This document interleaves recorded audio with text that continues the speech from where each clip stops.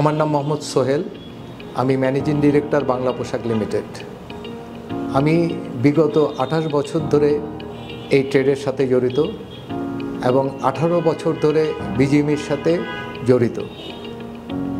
আমি বিগত 10 বছর ধরে বিজিএমইতে কয়েকটি স্ট্যান্ডিং কমিটিতে কাজ করে যাচ্ছি। বিশেষ করে ডক্টর রুবানা হকের সময় থেকে আমি এসএমইর স্ট্যান্ডিং কমিটির চেয়ারম্যান এবং পরে এখনও ওইটা কন্টিনিউ করে যাচ্ছি। এবং ওই সময় আমি হেলথের কো চেয়ারম্যান ছিলাম কোভিডকালীন সময়ে, এবং অন্য সময়ে আমি ইউডিতে কাজ করেছি। বিজিএমইতে এই ছিল আমার পারফরমেন্স অফিস বেয়ারার হিসাবে।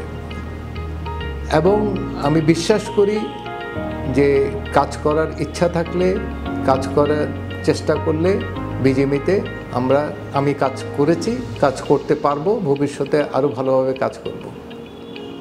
আমরা একটা লিমিটেড মার্কেট নিয়ে কাজ, আমরা আমাদের এক্সপোর্ট বাস্কেট ধরেন আমরা ইউরোপ এবং আমেরিকাতে, তার বাইরে আমরা জাপানে কাজ করতেছি, কাজের পরিমাণ কিছুটা বাড়তেছে।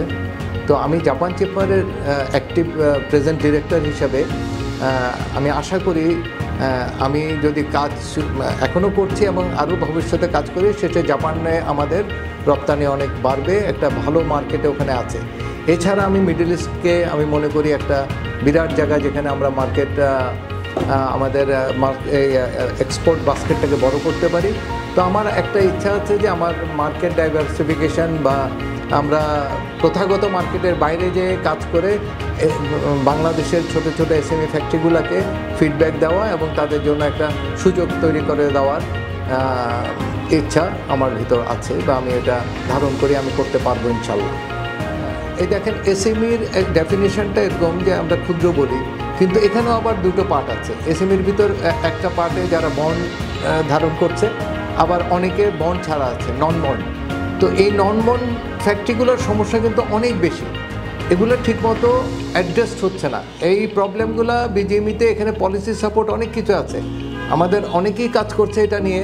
কিন্তু আমি মনে করি যে ফোরাম যদি ইলেকশানে আসে, তাহলে আমরা এই জায়গাটাকে অনেক বেশি সুন্দরভাবে কাজ করে এগিয়ে নিতে পারবো।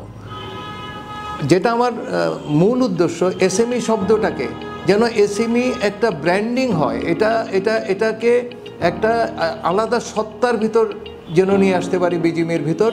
এবং এসএমইর প্রত্যেকটা এসএমই এবং নন বন্ডের প্রত্যেকটা মেম্বার যেন আনঅ্যাটেন্ডেড না থাকে, তাদের প্রবলেমটা তারা যেন বলতে পারে আমাদেরকে, এবং আমরা এটা সমাধান করার চেষ্টা করব ইনশাআল্লাহ।